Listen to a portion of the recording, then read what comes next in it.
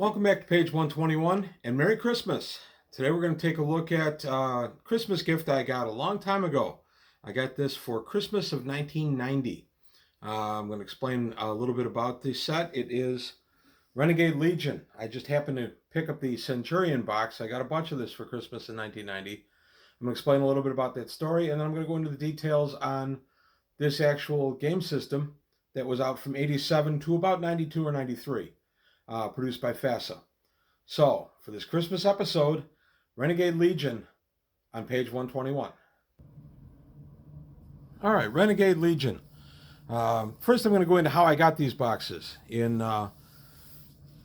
Christmas of 1990, my wife and I have always given each other lists of what we want for Christmas with several items on it, so there's still an element of surprise, but that way we get what the other one wants. So, I had put these on my list.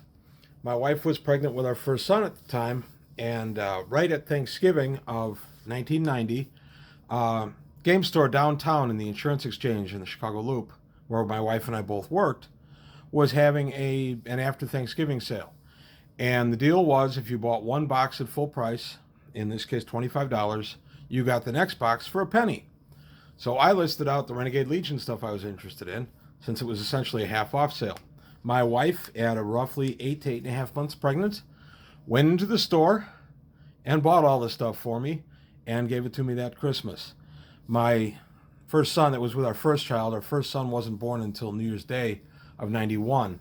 But it's always meant a lot to me that my wife actually went out of her way to go into a hobby store, very pregnant, in the middle of winter, to get me these games that I wanted, and then they were also special because I was learning to be a new dad. This is what I was primarily reading because they were still new to me. So Renegade Legion has always held a special spot in my heart. So that being said, a little bit of the history of Renegade Legion. Renegade Legion started in 1987. Interceptor was the first game published for the imprint, and the idea is, or in Interceptor, you're in a 1 to 2 man starfighter, and you're fighting to protect your planet, whatever holdings. The idea behind Renegade Legion is you are either part of TOG, the Terran Overlord government, the basic bad guys and the self-appointed successors of Rome, or you are the Federated Commonwealth, which is another part of space, and you guys are kind of the good guys. You're patterned more on Old England. And the idea is the Renegade Legion itself is some TOG forces that split off and at great peril went to the Commonwealth and went ahead and joined up the Commonwealth, and they were dubbed Renegades by the Terran Overlord government. That's why they became the Renegade Legion. So the whole game is named after that one particular thing. The backstory on the game is kind of neat. Humans have been spread out throughout the galaxy. This game, the cover of the game in the galaxy is enormous. It's right there with Warhammer 40K as far as how big the galaxy is in this game and how big the imprint of the Terran Overlord government is. But the game starts out that humanity, for reasons, has existed all around the galaxy for a long, long time. They can intermarry and things like that.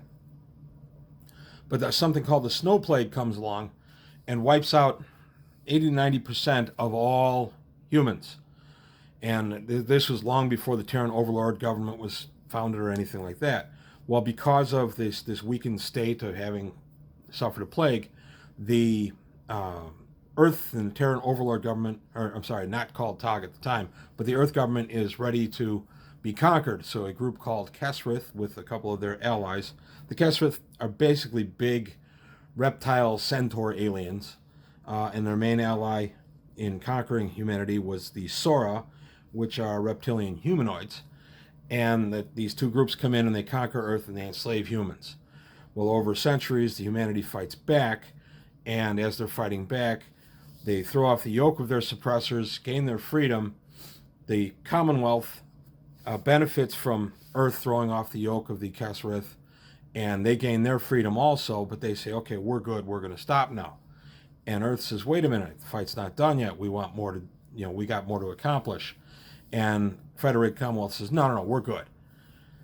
So Earth, for its part, threw off the yoke of their oppressors mostly by using some old things that they learned from ancient Rome. So they decide to pattern their new society on Rome. And they create, among other things, they create a caste system that disenfranchises women. Aliens don't really have a lot of rights. It becomes an evil empire, not unlike the empire in Star Wars. Except, of course, it's got trappings of Rome, so more like the episode of Bread and Circuses in the classic Star Trek series. So the Caesar, the emperor for life, dictator for life, who takes over and runs the Terran overlord government, creates these positions of overlords, which basically are military governors, and that's why it's the Terran overlord governor, or TOG. In the meantime, the defectors that have left the military of TOG and fled to Commonwealth space became known as the Renegade Legion. So there's the whole thing in a nutshell. The idea of this game was that you would buy a bunch of different box sets, and the box sets would all have different game systems, but they'd all interweave. It was kind of neat.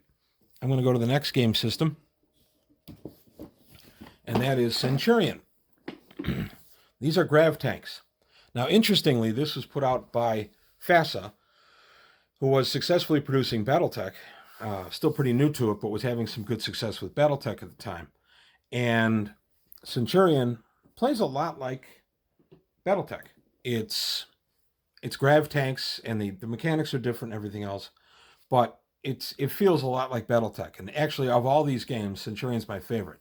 It's a fun, playable game. It can be very fast and very fast-paced. You can play it on a large hexed board. You can play it with or without 3D terrain. I like Centurion quite a bit. And then we come to the next game in the set, which is Leviathan. These are your Star Destroyers. These are all the big ships that are flying around the galaxy, imposing the will of whatever government they work for. So Leviathan also is a pretty playable game. It goes ahead and puts starships against starships, and you can have whole packs of fighters going against each other and that kind of stuff.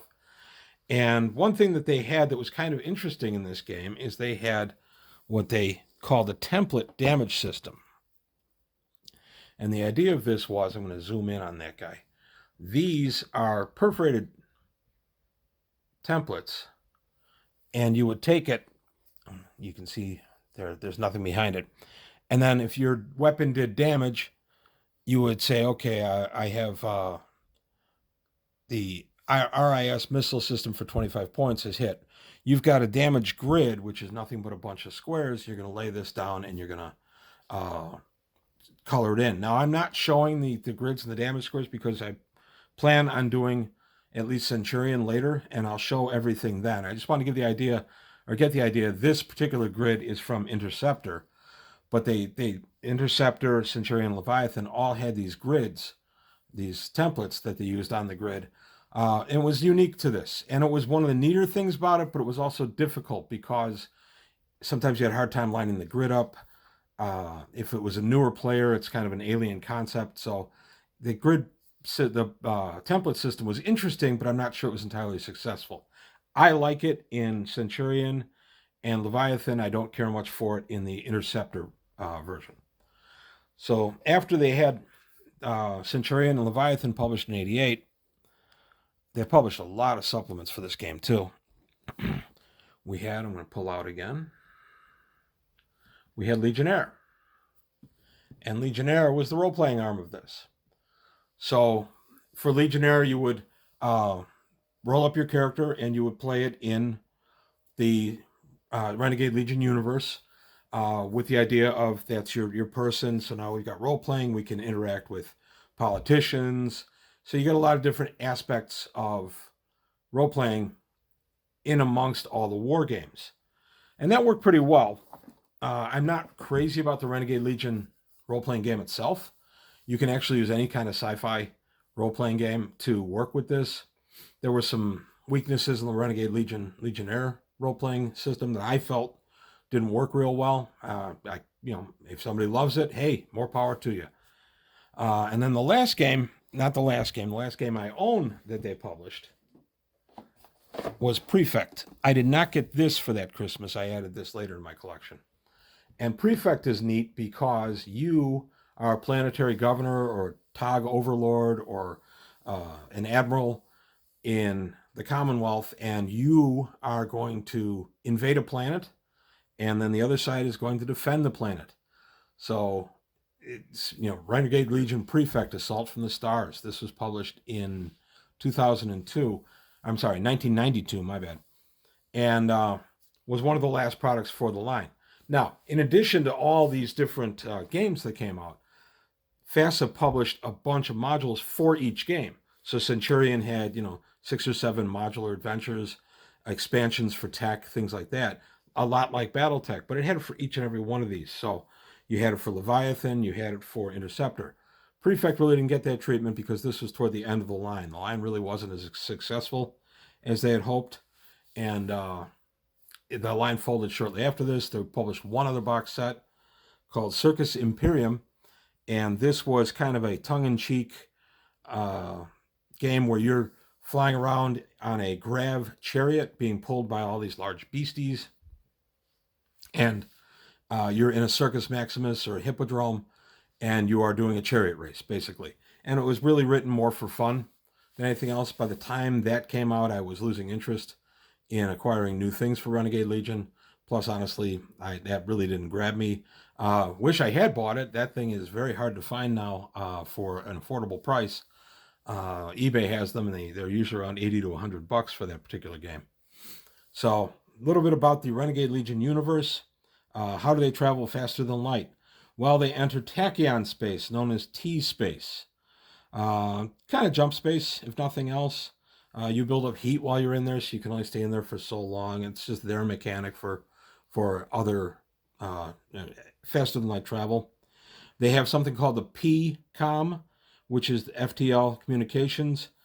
So basically, the range is limited. You can communicate with nearby star systems almost instantaneously, and the devices are small enough you can just pack them into a starship. So you can actually have these little PCOM hubs running around in your solar system, and they can communicate with other solar systems. And then the thing that gave the TOG the leg up against their alien suppressors was the Very Large Communication Relays, or the VLCA. And the idea behind this is a much greater range of intergalactic communication, but these facilities are huge. Their entire facilities built on a planet. They have to be aimed precisely. So it's true FTL. It's very distant FTL, and it's, of course, a very closely guarded technology, because that is one of the major benefits that TOG has over their opponents, is they can communicate over greater distances faster.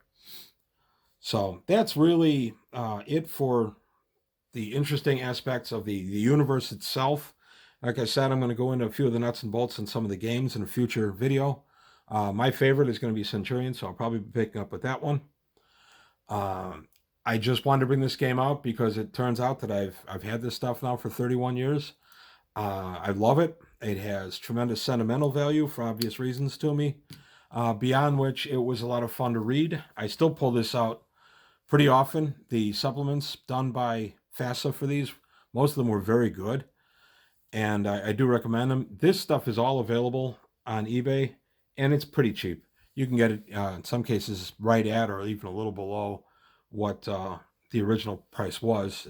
These were the box sets I've shown were all $25, and Legion was $20. So that role-playing game was $20.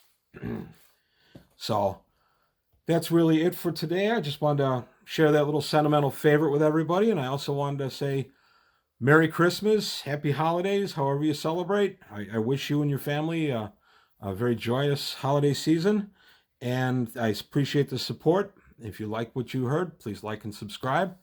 And here's hoping for many Christmases to come. So from page 121, I just want to say thank you, Merry Christmas, and Happy Holidays.